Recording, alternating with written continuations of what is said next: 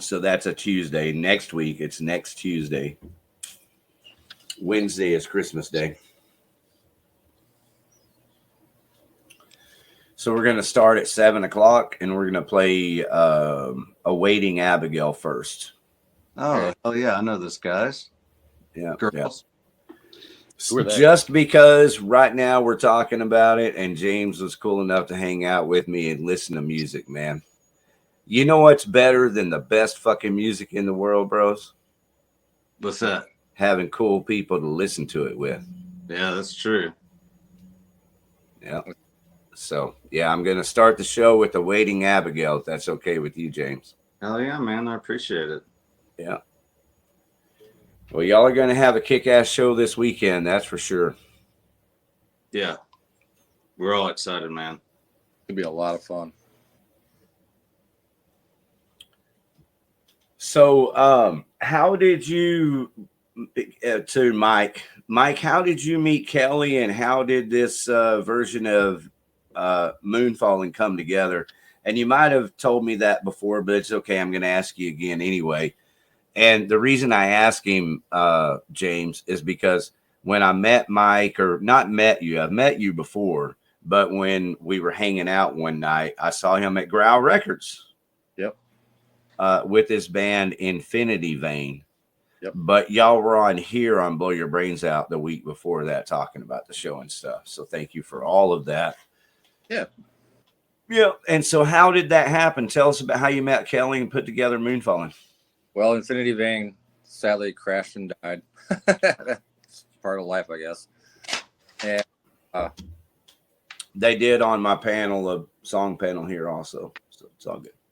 So we decided to, I decided to start doing some like solo stuff and whatnot. And a friend of mine from the UK had reached out to me saying, hey, don't be so down and depressed. Your band fell apart. Let's just start something ourselves. All right, cool.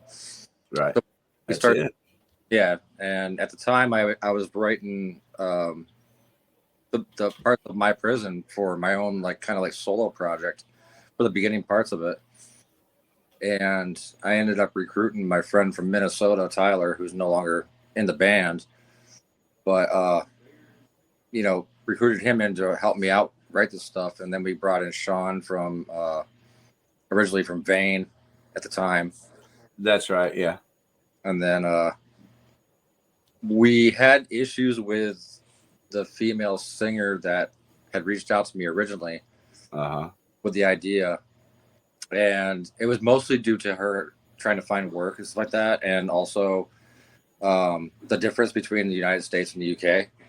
Right. It's so hard to write that way. Like we couldn't get anything done or accomplished, you know. I wrote a song that way, but I was lucky.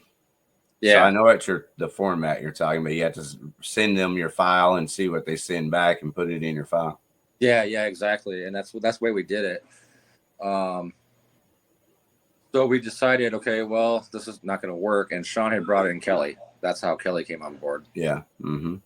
And that works so much better. And it turns out Kelly lives like 6 minutes away from me. So awesome. So we just sounds like the universe aligned right there, man, because she's an amazing singer. And as everybody could see tonight, she's just a wonderful person, got a great presence, a ton of fun. Very much so. Very much so. But yeah, we started out as an internet band. You know, we were just passing files back and forth, like you said. Yeah, dude, that's better than doing nothing. Yeah. And that's how My Prison came to be. And once My Prison dropped, we saw that it was... Hey, okay, back up. How did Lou get involved again?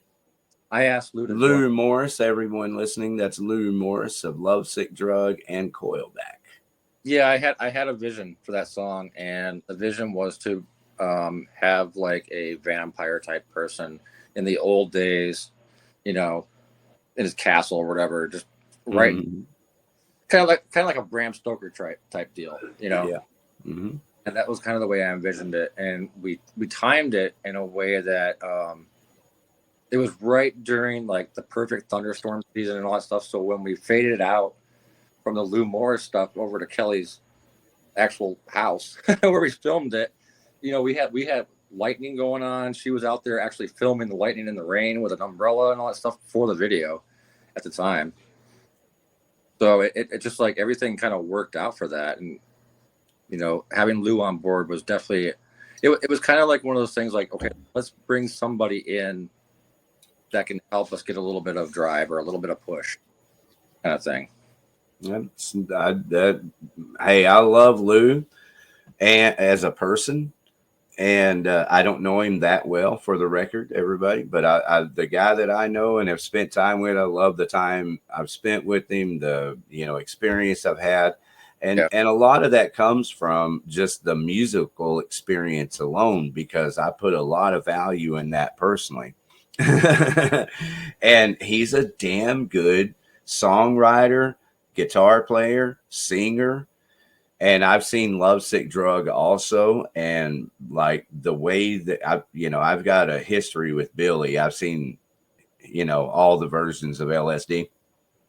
And I just love this fucking version of Lovesick Drug, and Lou's a big part of it. So yeah, you're right. Perfect motherfucker to reach out to. Yep. And so that's how that all came to be. And like when the song dropped, we were like, okay, well, this is, people like it. Let's do this. Let's go live. Yeah. And we did it here. Yep. Thank you, bro. Absolutely. Yeah, that's part of that's why I say it's an honor to do this.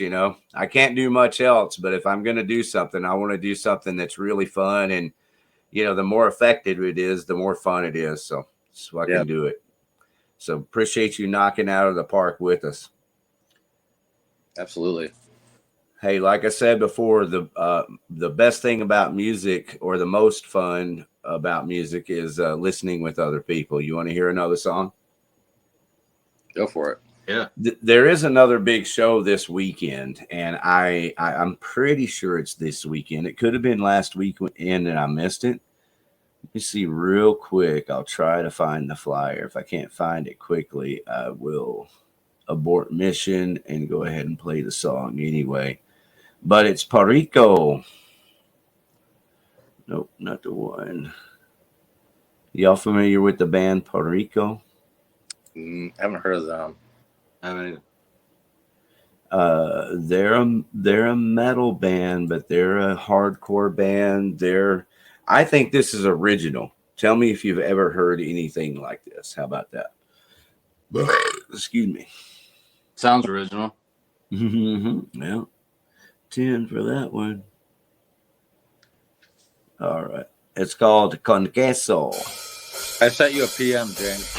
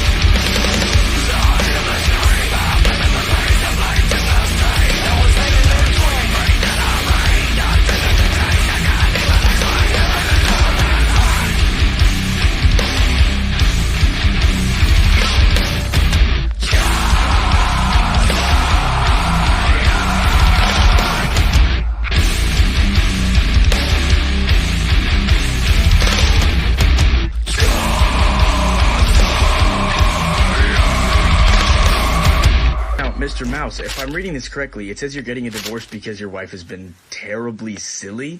No, Your Honor. It's because she has been fucking goofy.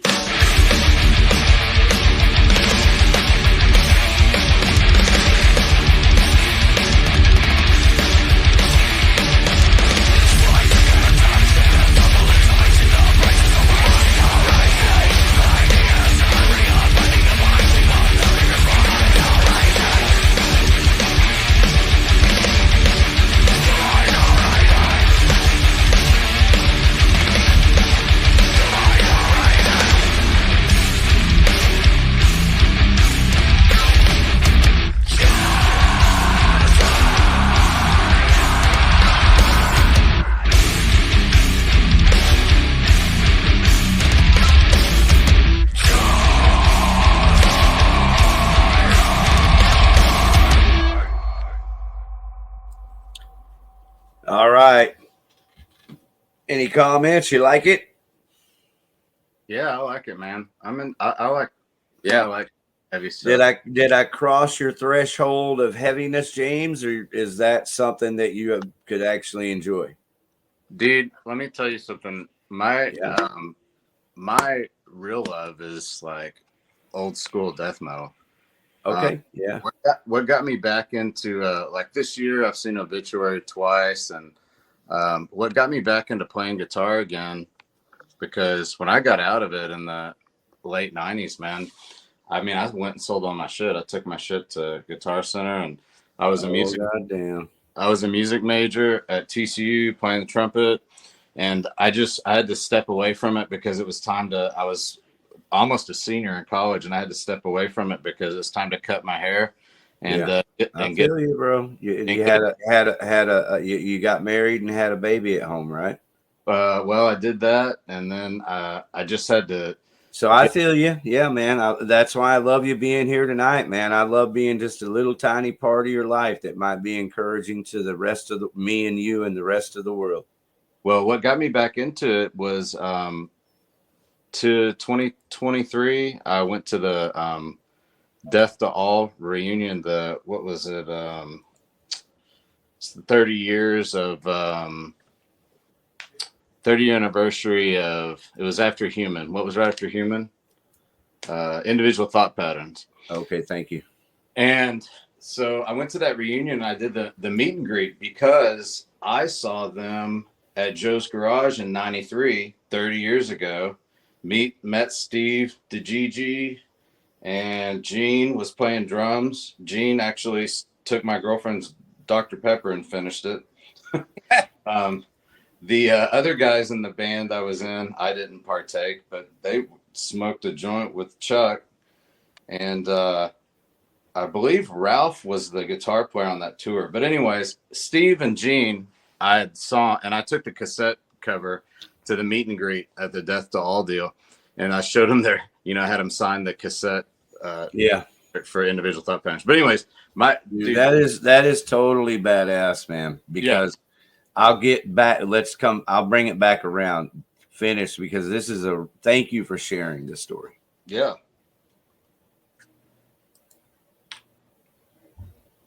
Yeah, I mean it's really important. I was gonna say I'll circle back was what I was gonna say. As I met Chuck. I met Chuck one time. They played Joe's Garage. Death did. Yeah. Did you see him? Did you see? Yeah. 1993, man. That's the show you're talking about. Yeah. Okay. All right. Yeah. Super cool, dude. I got one of his picks. Hung out with him afterwards. One of our really good friends. It's a high school. In high school, we had two metal bands in our school. These guys were a little bit older than us. They were Syndicate at the time, and they were the opening band for.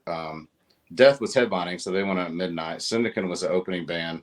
I've still got the flyer. Solitude Eternus. Okay. And so yeah, man, it was, and we were playing Joe's at the time. We were a death metal band called Solitude Eternus headlined. If I can't, I'm sorry. I'm go ahead. I'm interrupting you. Yeah. So no, you're good. Playing Joe's.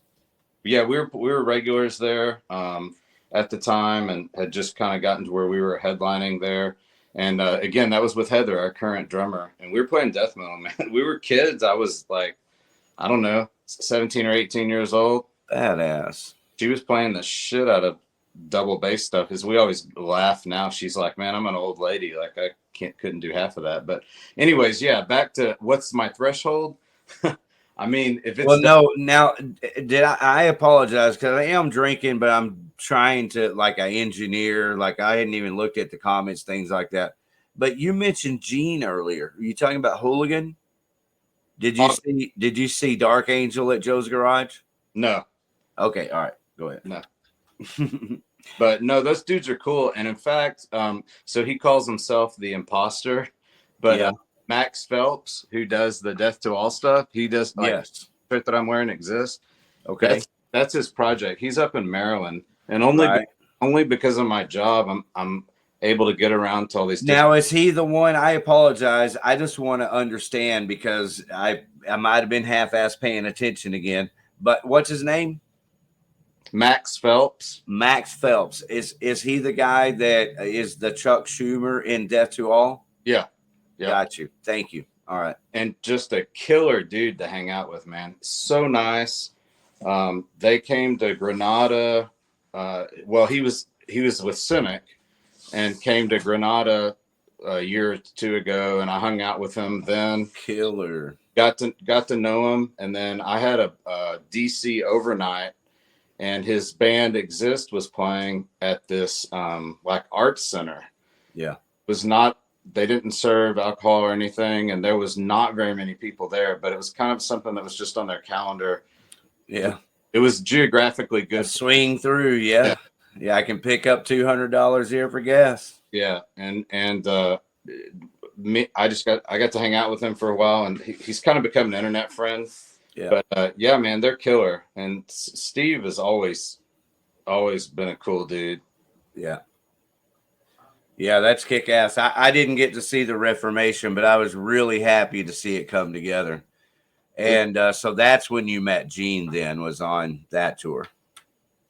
Yeah. Didn't Gene Hooligan play drums for? Yeah. I met Gene the first time in '93, and then I met him the last time I saw him was in 2023. Now, 93 would have been Dark Angel, though, right? No. Death. With Death in 93? Yep. Wow.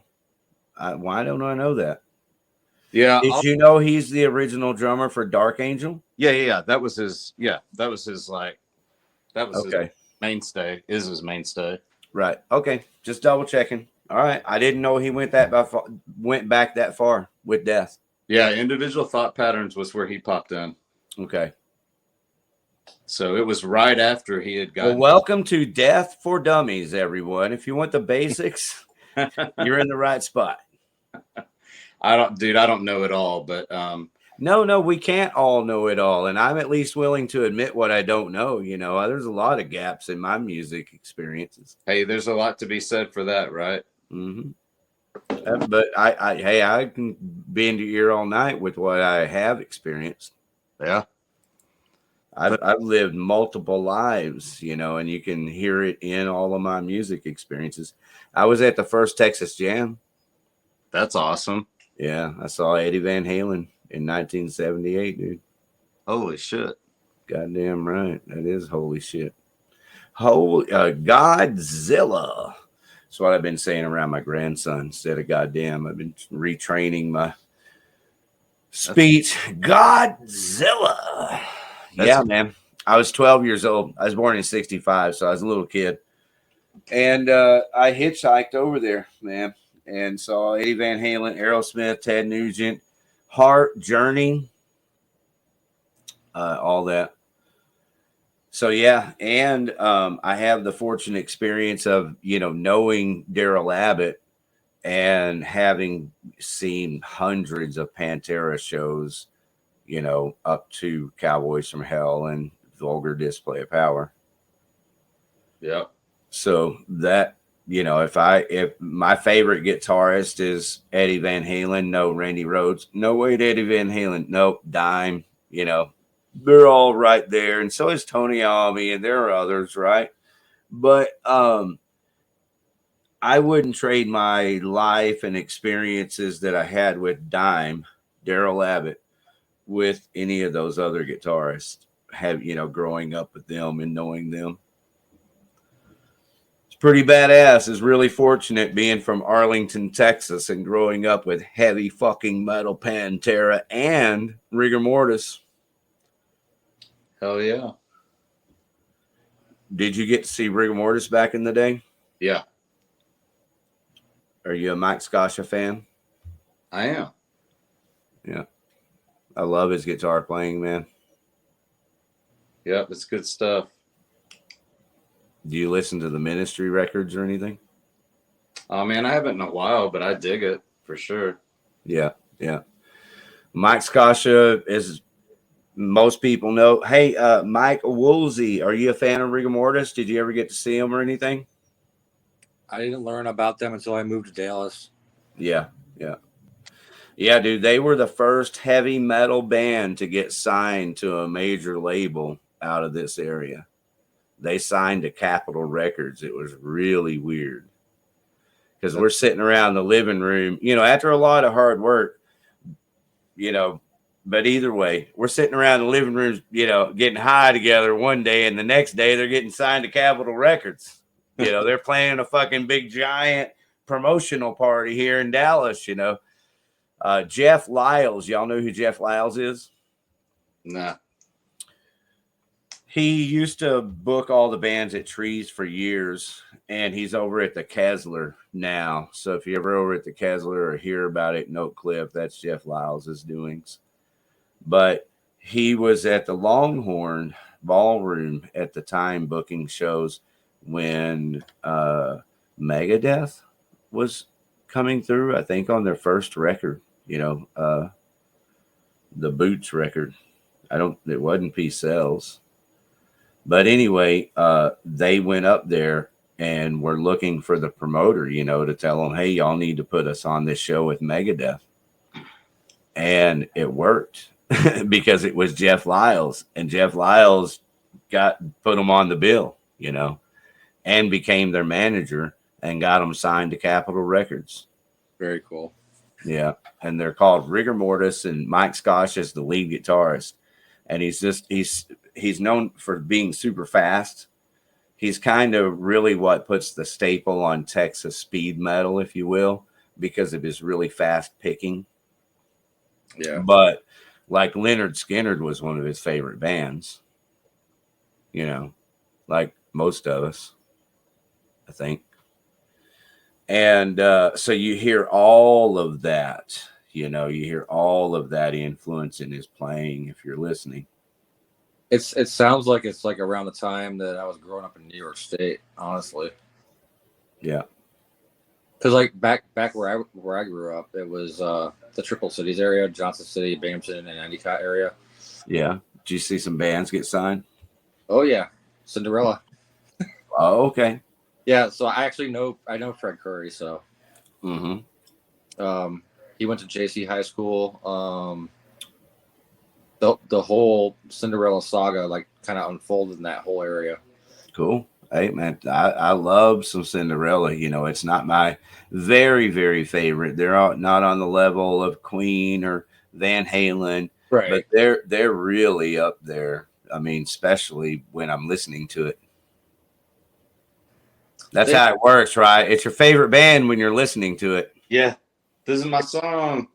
They had two good albums. I think after like Long Cold Winter. Well, Tom Kiefer is also a one of a kind. Oh, yeah. Even Steven Tyler couldn't get all of that together. I like Steven Tyler better. I'm a huge Aerosmith freak, but even Steven Tyler couldn't. I mean, Tom Kiefer is doing something that I've never heard anyone do. Nazareth, it wasn't even close, and I love Nazareth. So Tom Kiefer's the one. Like Sebastian Bach came really, really, really super close, but he didn't quite hit it, I don't think. Total different style. Yeah. It's that graveliness of Tom Kiefer's voice and the perfect tone pitch at the same time. That shit's impossible. Nobody does that. Nope. I'm not a vocalist at all, but I remember being a teenager and singing along to those songs and trying to do that type of voice.